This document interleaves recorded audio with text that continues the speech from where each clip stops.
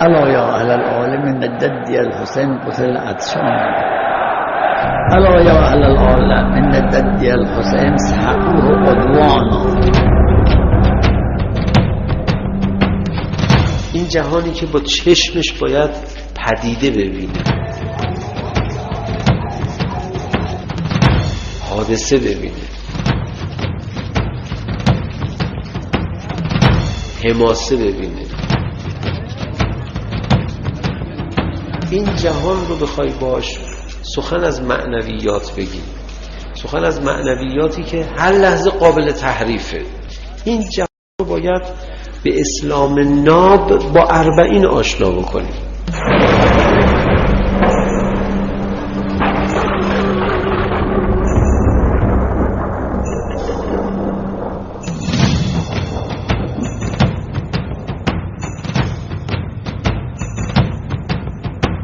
زیارت 40 موعده، یعنی یک میعادگاه با عظمته.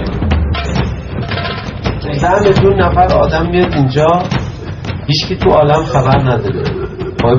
ما جمعیت رو میکنیم 20 میلیون نفر، ما جمعیت رو میکنیم 30 میلیون نفر تا عالم خبردار بشه.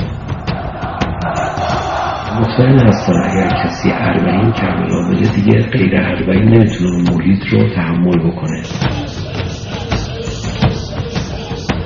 وقتی که امام زمان میاد میفرماید من پسر حسین فاطمه، من پسر مظلوم کربلا، همه عالم باید بشناسن. یعنی کی؟ الان حسین همه نمیشناسن، تقصیر ماست نمیشناسن. شما برای حسین یه جوری داد نزدیم همه عالم بفهمن.